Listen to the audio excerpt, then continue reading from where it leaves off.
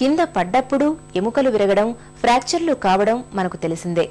అయితే ఇలాంటి సందర్భాల్లో మనలో చాలా మంది తెలుసో తెలియకో కొన్ని రకాల నాటు వైద్యాలు చేస్తూ ఉంటారు.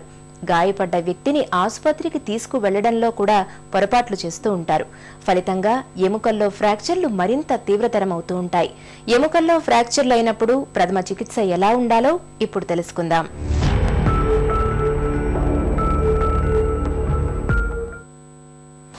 ప్రమాదాలు జరిగినప్పుడు లేదా ఎత్తైన ప్రదేశం నుండి క్రింద పడినప్పుడు ఎముకలు విరిగిపోతుంటాయి.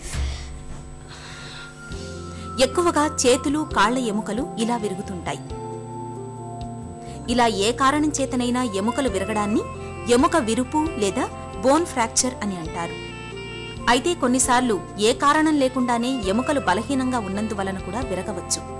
ఇలా ఎముకలు ఫ్రాక్చర్లు అయిన సందర్భాలలో మనలో చాలా మంది బాధితుల్ని ఎలా పడితే అలా ఆసుపత్రికి తరలిస్తుంటారు.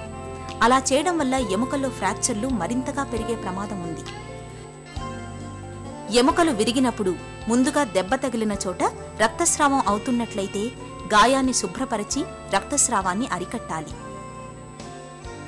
దెబ్బ తగిలిన భాగానికి విరిగిన ఎముక కదలకుండా కర్రబద్దలతో ఆధారం కల్పించాలి.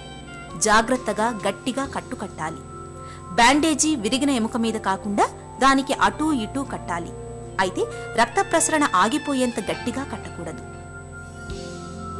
ఎముక విరిగిన భాగాన్ని కాస్త ఎత్తులో ఉండేలా కింద దిండును ఉంచాలి. నొప్పి మరీ తీవ్రంగా ఉందని చెబుతున్నప్పుడు ఐస్ ప్యాక్తో కాపడం పెట్టడం మేలు. బాధితుల్ని చదునుగా ఉండే చెక్కబల్ల వంటి వాటిపై పడుకోబెట్టి సాధ్యమైనంత త్వరగా ఆసుపత్రికి తీసుకెళ్లాలి.